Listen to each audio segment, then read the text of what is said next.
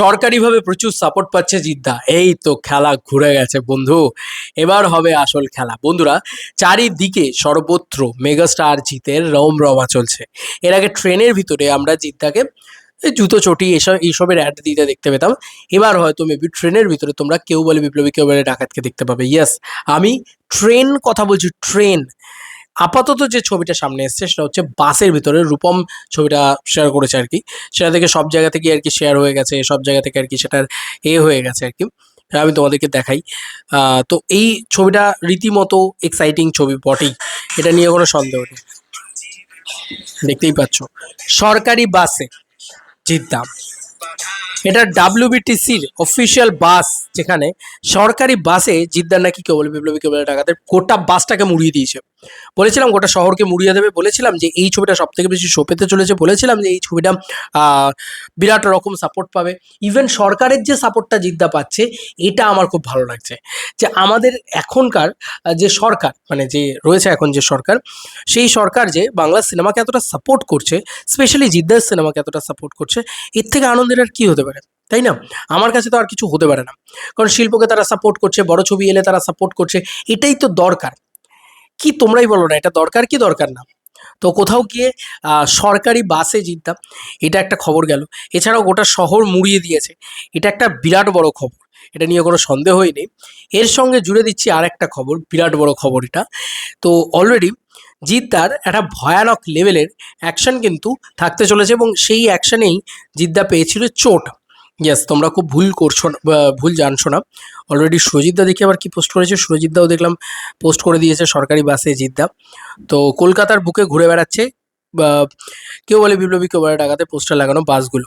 দেখো তোমরা, এই দেখো, এ ভিডিও পোস্ট হয়েছে, এবং সরকারি বাসে, এভরি সরকারি বাসে কিন্তু জিদ্দার পোস্টার অলমোস্ট লাগানো হচ্ছে। দেখো, ভাবো জাস্ট প্রমোশনটা কাকে বলে। সরকার থেকে হিউজ হিউজ হিউজ সাপোর্ট পাচ্ছে।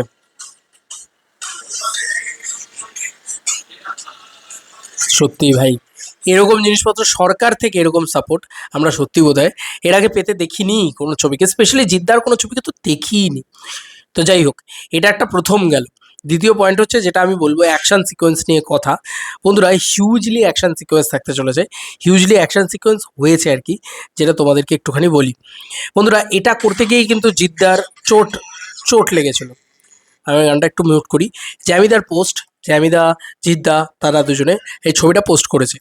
তো এটাকে করে অভিনব ম্যাক্স মুখার্জি, তিনি আর কি পোস্টটা করেন। আমি লেখাটা একটু পড়ি।